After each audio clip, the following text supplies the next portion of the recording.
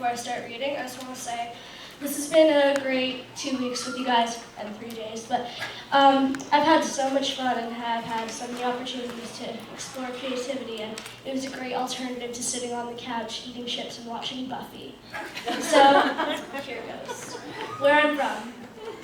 I'm from sunny skies and misty mornings, from rolling in the grass and the leap where you jump off the giant oak on a rope swing.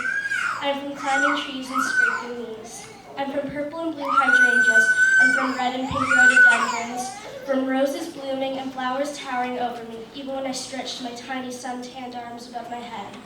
I'm from tiny tart oranges that make your lips pucker but that you can't have enough of, growing from the center of my secret hideaway. I'm from the herb garden we use for our cooking with mint, basil, parsley, chives, from lizards basking in the sun and squirrels chattering in the trees and coyotes dancing and howling at the moon. I'm from Gladiola's perfect day, from oil paints and encaustics and the finance gods. I'm from grandparents' legacies, from growing at home and peace and protest from those who still care about the earth. I'm from Abba Zabbos, Red Vines, and Zots, from the clan of Twizzler haters. I'm from those who will take C's chocolates over Godiva or Max Brenner any day.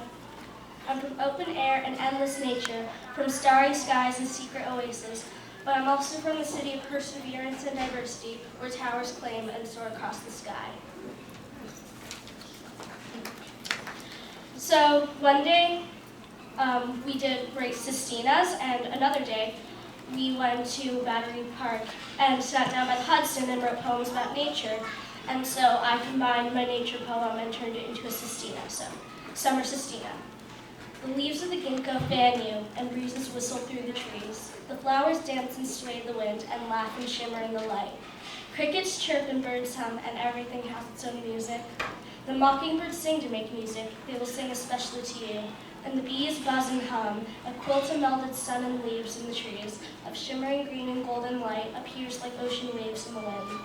The ocean waves are tossed by the wind, the crashing waves a symphony of music, the water like a mirror reflecting the light, and the salty spray splashing onto you.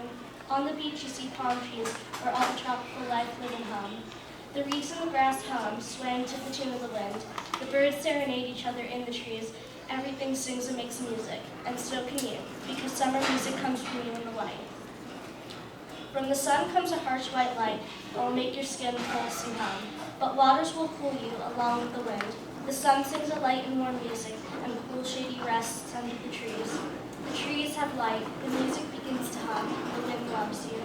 The leaves of ginkgo fan you, and breezes whistle through the trees. The flowers dance and sway the wind, and laugh and shimmer in the light.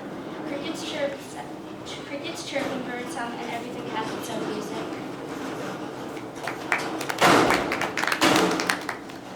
So for my third piece, what we had to do was Ms. Zuckerman laid out a bunch of inanimate objects on the table, and we had to choose one, and my object, I chose an empty jar. Empty jar. Empty jar remembered when he was happy. In those days, he was a young, strong jar filled with Jerry's homemade pasta sauce.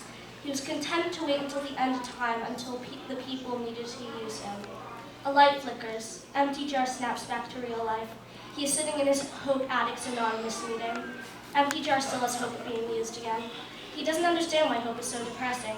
The cute champagne flute next to him is crying. She talks about how since the people have gone sober, no one is using her. The motto of Hope Addicts Anonymous is, hope needs to be given up. We have no use for hope. It will shatter our glass souls. Empty jar does not want to hear this anymore. Hope Addicts Anonymous doesn't even make sense to Empty jar. He and the other glass objects are hoping to give up hope. His mind goes to the time of when he had purpose. Empty jar is on the counter. He had a different name at the time. What was it? Fill jar? Phyllis jar? Oh, it was Full jar. Full jar sauce was about to be poured on the pasta. One of the people is picking him up. His sauce is being poured on the pasta. Feelings of happiness, aspiration, and hope surge through him. All of his sauce is gone. He is being rinsed out. He is being put on the shelf.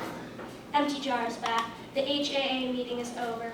Empty jar thinks, who am I? Why am I still here? What is my purpose? What am I supposed to do? Empty jar hears a voice. Chocolatey, stubby fingers are grabbing him. The owner of these fingers works his piggy bank and needs a new place for his money. Empty jar can't believe it. He will have purpose. He will be able to change his name back to Full jar. The owner of the fingers puts his coins inside of empty Full jar. Full jar swoons. He is hopeful. Suddenly, the sticky, stuffy fingers cannot hold the bowl jar anymore. As he plummets to the ground, the words of HAA come back to him. His last thought was, I should have listened to HAA. Hope to not just shatter my glass soul, but my glass body as well.